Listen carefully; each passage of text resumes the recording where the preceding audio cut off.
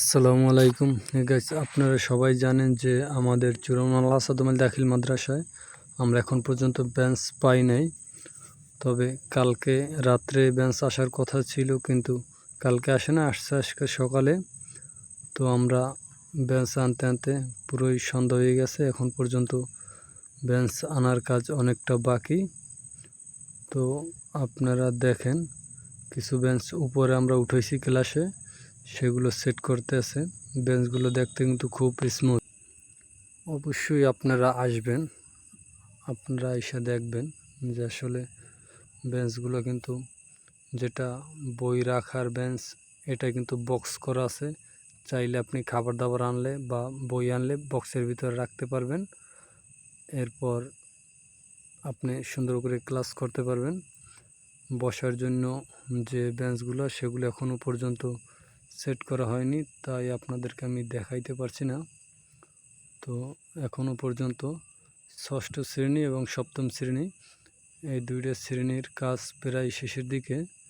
তবে তারা আজকে কাজ ধরতে ধরতে প্রায় বিকেল 4টা বাজে। তো তারা বলছে যে আজকে সারা রাত্র কাজ চলবে, রবিবারের ভিতরে তারা কাজ হ্যান্ডওভার দিয়ে চলে যাবে। তো অবশ্যই আপনারা আসবেন। আমাদের যারা ছাত্রছাত্রী আছে তারা তো আসবেই, তাদের মা বাবা যারা আছে, গার্ডিয়ান, তারা আসবেন। আমাদের মাদ্রাসায় একটু ঘুরে যাবেন আর দেখে যাবেন। তো তো আপনারা সবাই জানেন যে আমাদের চুরামুনা আসাদুল দাখিল মাদ্রাসার কাজ 2022 ও 23 অর্থ বছরের কাজ শুরু হয়েছিল, কিন্তু গত বছর 2024 সালের শেষের দিকে আমরা এই ভবনে ছাত্রছাত্রী সবাইকে নিয়ে উঠছি। গত বছরের প্রায় 2-3 মাস এখানে আমরা ক্লাস করছি, এখানে পরীক্ষা নিছি। এখন যেহেতু আমরা সরকারিভাবে বেঞ্চ, চেয়ার, টেবিল পেয়েছি আমরা, তো